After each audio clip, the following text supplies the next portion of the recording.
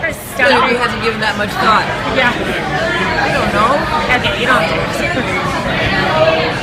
He doesn't know either. Okay. Oh, I don't know. I always go back to an Eagles song called Desperado. It's like you're always kind of floating around. You really know what is there, but it's like it's time to like come home and just do what is the person that has always had your heart. But that's a guy's take on it. So, and now he's trying to come home like that, and I don't know if she wants his heart or not. So. Hey, don't touch me.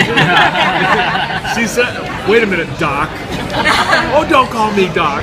That's right, I did say that. Yeah. Don't call me Doc.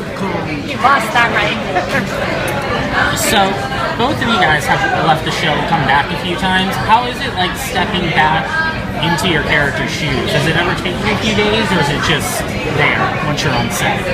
Not me. Well, You seem to be okay with it. I was just telling William that even though when I come back, I don't interact with Doc Don't call me that.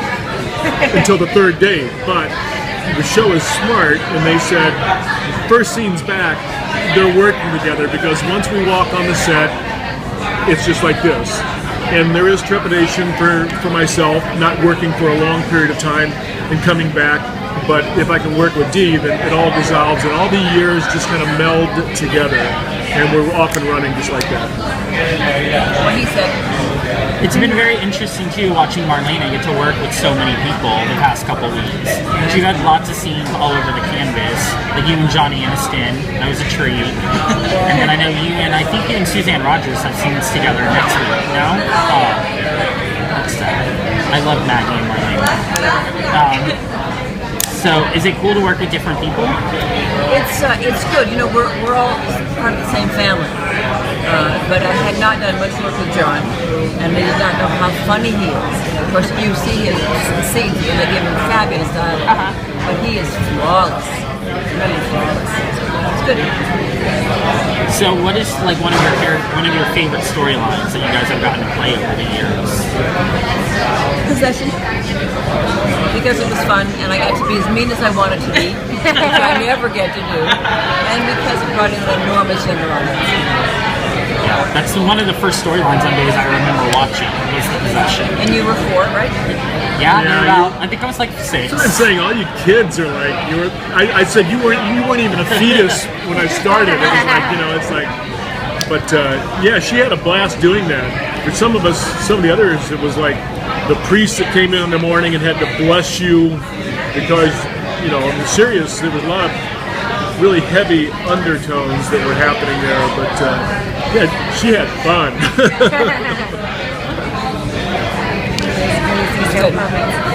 And is there anything you haven't done, or any storyline you haven't done that you'd love to play, or any? You've probably done so many. I'm in college. I went back to college to learn sign language, and I would love to be able to use that sometime. You've done it a couple of times with the kids, right? When I could get away with it. Right. We love the scenes when you and Kate were talking about being great grandmothers, and you're like, taking pictures with your phone. Those are really cute. Lauren and I did a scene yesterday because something has happened where I seem to be more in favor with Will and Sonny, and hilarious. Yeah. Good old friends, trusting friends. Yeah, it's fun.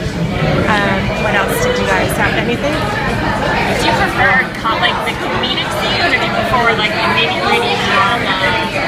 Comedy.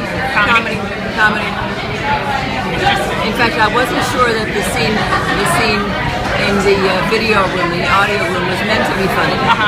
But I couldn't resist it. You couldn't pass it up. And you've done some stand-up, right? I've done stand-up. Things I've seen on your Facebook page here and there. I also have, I've done some watercolor. And I produced a watercolor incredible art strength available on and passion. After putting up an unbelievable fight, he passed peacefully surrounded by loved ones. The statement continued and said he was the most amazing husband, the father, papa, the actor he loved, performing for the Days audience and sharing the stage with the greatest cast, crew and production team in the business. We love him and will miss him all the days of our lives. The message was sent by the Hogestyn family, and they said this is a very difficult one for all of us.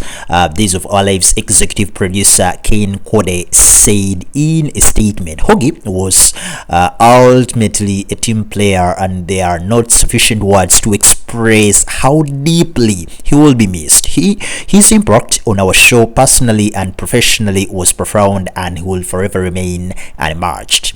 This is the man who was born in Fort Wayne, Indiana. Initially, he sought a career as a professional baseball player even before. Actually, he even signed with the New York Yankees and played for them in one of their farm teams until he was injured in 1977. His first big role came in the early 1980s in the CBS series Seven Braids for Seven Brothers, and he initially joined Days of Our Lives, that was in 1986, as a mysterious character known as the Pawn, before becoming a fan favorite as John Black. He actually survived. He survived by 4 kids, actually 4 children, daughters Whitney, Alexandra, Rachel, son Ben, and of course 7 grandchildren. In this moment in time, we are sending our deepest condolences to the family, friends, and everyone who was very close and knew the legend that is Drake. Rest in power, King.